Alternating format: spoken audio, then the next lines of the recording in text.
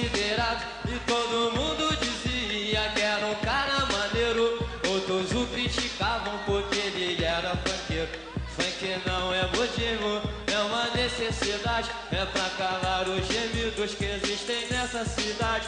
Todo mundo devia nessa história se ligar, porque tem muito amigo que vai pro baile dançar, esquecer os atritos, deixar a briga pra lá e entender o sentido quando o DJ detona. Vai!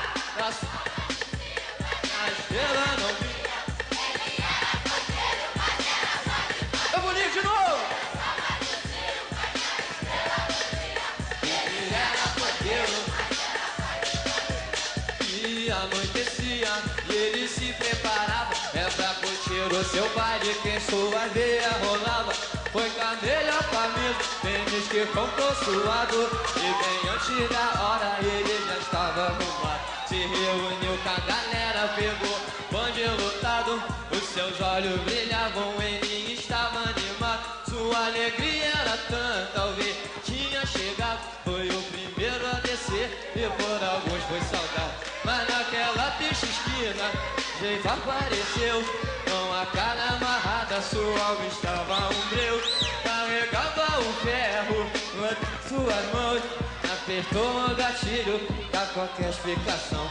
E o pobre do nosso amigo que foi pro baile curtir, hoje com sua família ele não vai dormir. Vai! Ele era funkeiro, mas era pai de família. É só mais um Silva que a estrela não brilha. Ele era funkeiro, mas era pai de família. Era só mais um Silva que a estrela não brilha. Ele era funkeiro, mas era pai de família. É só mais um Silva que a estrela não brilha. Ele era funkeiro, mas era pai de família. Todo mundo devia nessa história se ligar, porque tem muito amigo, vai pro baile dançar, esquecer os atritos, deixar a briga pra lá e entender o sentido quando fiquei detonar, que era só mais um Silva. Ele era